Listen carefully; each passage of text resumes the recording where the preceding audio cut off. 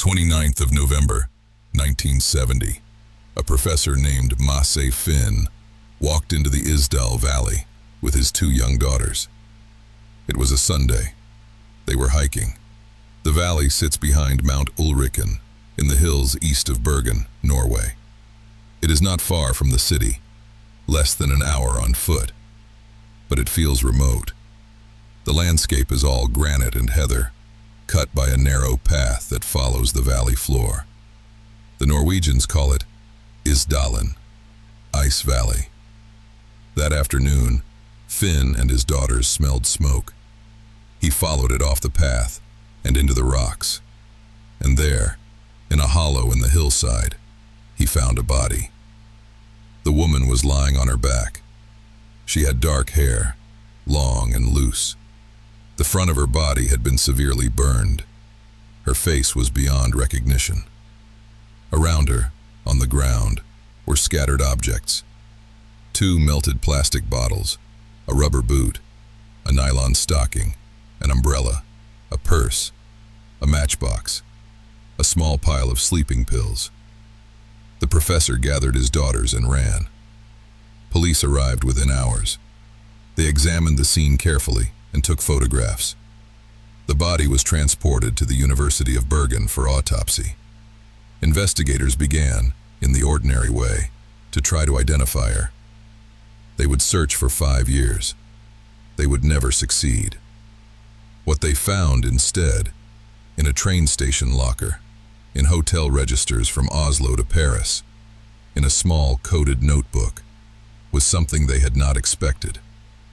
Not the story of a woman who had died, but the story of a woman who had, with tremendous and systematic effort, made herself impossible to find. She had no name. She had 8 names. She had erased every trace of herself from every object she owned. And someone, or something, had caught up with her anyway. This is the Isdal Woman, and after 54 years, she still has no name. Bergen is Norway's second city, a port town on the southwest coast, surrounded on 3 sides by mountains. The Bergensers call them the 7 Mountains.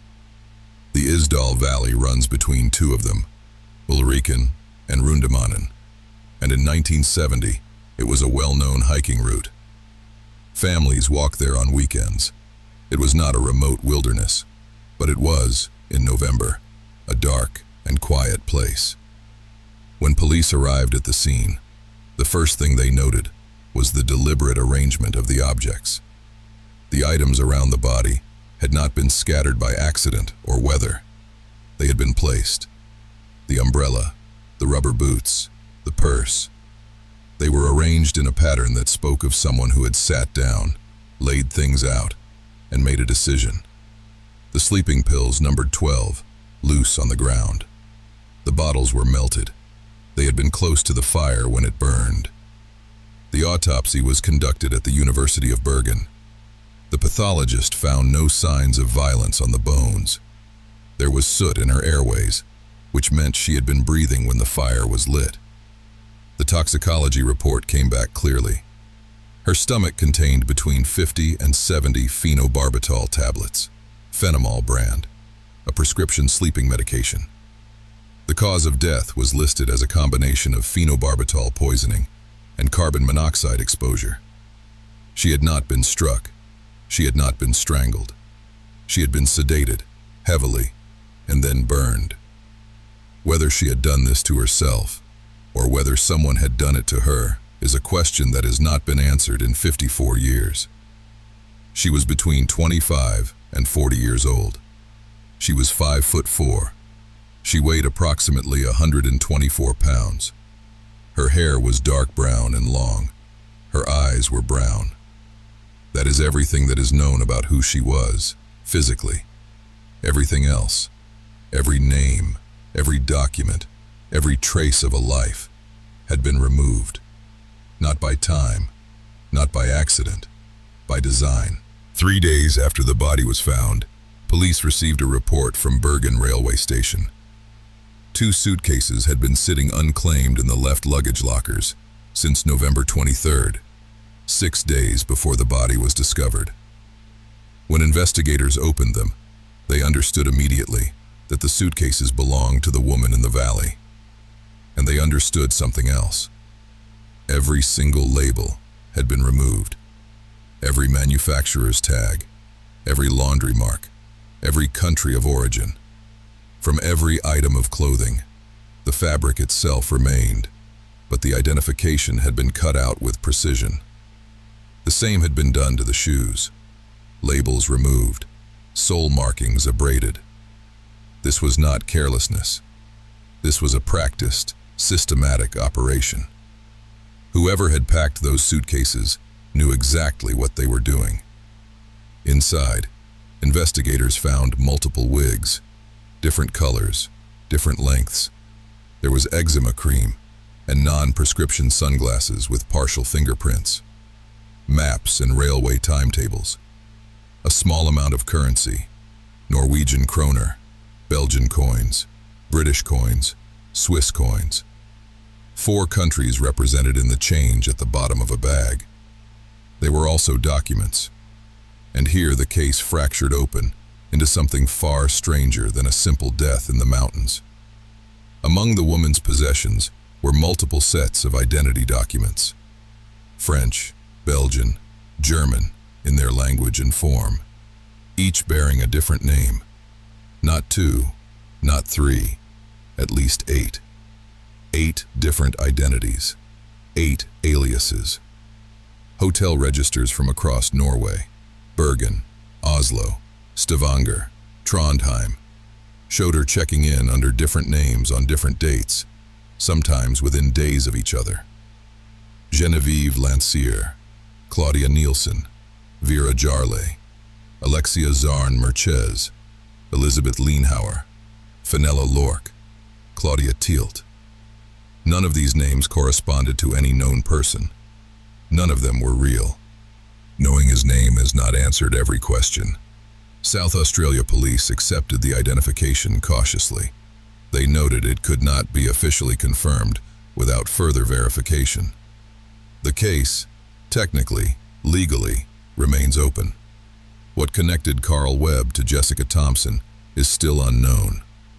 Whether she recognized him, whether she was afraid of him, whether they had known each other before the war, during it, or after. Whether the code was a message for her, or for someone else, or for no one. What the code says, the 5 lines of letters on the back cover of that book, is still unknown. Every cryptographer who has examined it has failed. Why he removed the labels from his clothes, all of them, every one, is still unknown. Whether it was espionage or grief, or simply the act of a man who had decided that his name no longer mattered. What is known is this. A man named Carl Webb left Melbourne sometime in 1947 or 1948. He ended up in Adelaide. He died on a beach by the water, dressed carefully, recently shaved, shoes polished. In his pocket was the last line of a poem about acceptance, about the moment when a man stops asking what might have been and lays down what he is carrying. Tamam Shud. He lies in West Terrace Cemetery. The grave is maintained. Flowers have been left there, year after year, by strangers who felt something for a man they never knew. The code has never been read. The question has never been answered. But someone knows, or knew, and chose silence. Knowing his name has not answered every question. South Australia police accepted the identification cautiously. They noted it could not be officially confirmed without further verification. The case, technically, legally, remains open. What connected Carl Webb to Jessica Thompson is still unknown. Whether she recognized him, whether she was afraid of him, whether they had known each other before the war, during it, or after. Whether the code was a message for her, or for someone else, or for no one. What the code says, the 5 lines of letters on the back cover of that book, is still unknown.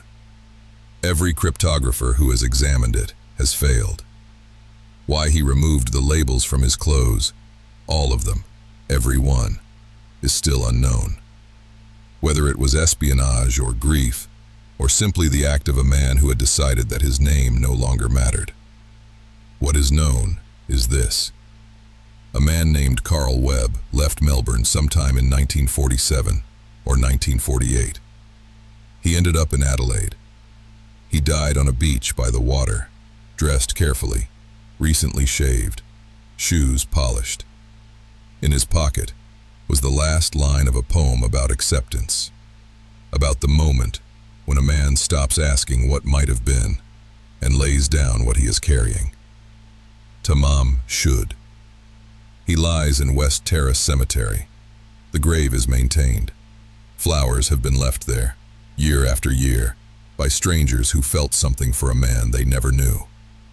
The code has never been read. The question has never been answered.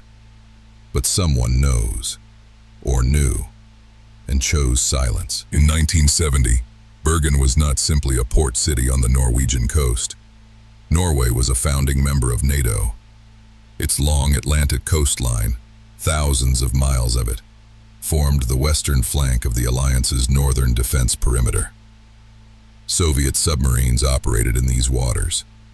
Intelligence services from a dozen nations maintained quiet presences in Scandinavian cities. Bergen, specifically, was strategically significant.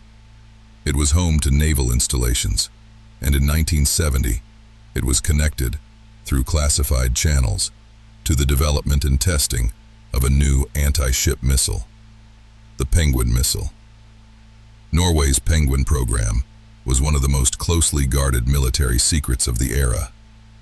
The missile was being developed by the Norwegian Defense Research Establishment for use by the Norwegian Navy, and its testing program was underway at sea off the western coast in the early 1970s. After the Isdal Woman's death, a senior Norwegian Armed Forces commander wrote a classified internal memorandum. That document, later declassified, noted that the woman's movements, as reconstructed from the decoded diary and hotel records, corresponded to the locations and dates of Penguin missile trials. This is not conjecture. It is in the official record. Shortly after Bergen police began their investigation, the Norwegian intelligence service, E-Tjenesten, opened a parallel investigation. They did not inform the local police. They operated in secret, alongside and apparently above the Bergen inquiry. Their files on the case were classified. What E-Tjenesten found, or knew, about the Isdal woman has never been fully disclosed. What we do know is this: a woman with 8 false identities, a coded travel diary, multilingual skills, and a pattern of movements that tracked military testing grounds, died in the hills above Bergen in the autumn of 1970. The intelligence services of a NATO member state considered her important enough to classify, and the police concluded she had killed herself. Not everyone agreed. The Bergen police investigation lasted 5 years. They interviewed hundreds of witnesses. They circulated her description to Interpol, to police forces across Europe, and to the governments of Belgium, France, Germany, Switzerland, and the United Kingdom. They received no identification. One investigator later said that very few people working the case believed the official conclusion. A veteran crime journalist who covered the inquiry was more direct. Quote, "I am totally convinced that this was murder," unquote. The official ruling stood regardless. The case was formally closed in 1975. The woman was buried in Mellendal Cemetery in Bergen, under a granite headstone. The inscription read, "An unknown woman, 29th November, 1970. Flowers were left on the grave by strangers. They still are." For decades, the case sat in archives, a local mystery, a curiosity. Then, in 2016, the NRK, Norway's public broadcaster, began a formal reinvestigation. They partnered with the BBC World Service. The resulting podcast, Death in Isdal Valley, was released in 2018 and brought the case to global attention. Crucially, the reinvestigation unlocked something that 1970s police work could not: modern forensic science. Police exhumed the body. They extracted material from the teeth. Teeth are extraordinary records. The enamel that forms in childhood carries a chemical signature of the environment in which a person grew up: the water, the soil, the food. This signature can be analyzed through isotope testing and compared against regional geological databases. It can tell you not just what country someone came from, but, with sufficient precision, what region within that country. The results took months to analyze, and when they came back, they told a story. The isotope analysis of her teeth produced results that were specific. Her childhood, the years during which her first teeth formed, had been spent in Central Europe. The chemical signature matched the region along the France-Germany border: Alsace, the Rhineland, the area around Luxembourg. Around the age of 14, the signature shifted. She had moved, relocated, or been relocated to a different area, possibly further west or south. She had grown up somewhere between France and Germany. DNA analysis was also performed. The results traced her matrilineal line, her mother's mother's mother, to southeastern Europe or southwestern Asia. She carried genetics that pointed toward the Eastern Mediterranean or the Caucasus, a woman of Middle Eastern or Balkan ancestry who grew up along the Rhine, who spoke German natively and French and Flemish, who traveled on Belgian documents. Who was she? The DNA was entered into databases. No match was found. No missing persons report from any country matched her description with sufficient precision. No family member came forward. No government acknowledged her. She remained, after all the science, what she had been in 1970: unknown. And yet one detail from the isotope report caught investigators' attention. The earliest chemical signature, the one from her first years of life, showed a specific kind of disruption. A period of nutritional stress in early childhood. A period, in other words, of severe deprivation. The timing, if the age estimates were correct, corresponded to the late 1930s or early 1940s. She had been a child during the Second World War. Whatever she had been, spy, courier, intelligence asset, agent running from something she had herself once served, she had been born into the same convulsion that had reshuffled the identities of millions across Europe. The war that made borders meaningless, that turned nationalities into dangerous things to carry. Maybe she had learned young that a name was something you could change. Maybe she had learned that you had to. In 2023, the Swiss newspaper Neue Zürcher Zeitung published an investigation suggesting a possible link between the Isdal Woman and a Swiss banker named François Genoux, a man with documented connections to wartime intelligence networks. The theory remains unverified. It has not been confirmed by Norwegian authorities. The file is still open. Tjenesten, the Norwegian intelligence service, has acknowledged the existence of its classified parallel investigation. They have not disclosed its contents. What is known, after 54 years, is this: she entered Norway in March 1970.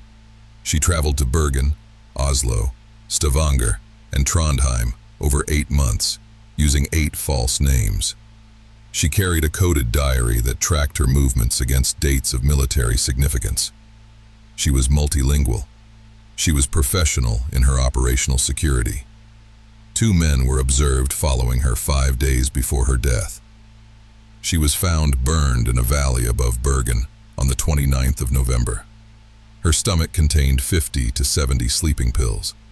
The police ruled it suicide. Most of the investigators who worked the case disagreed.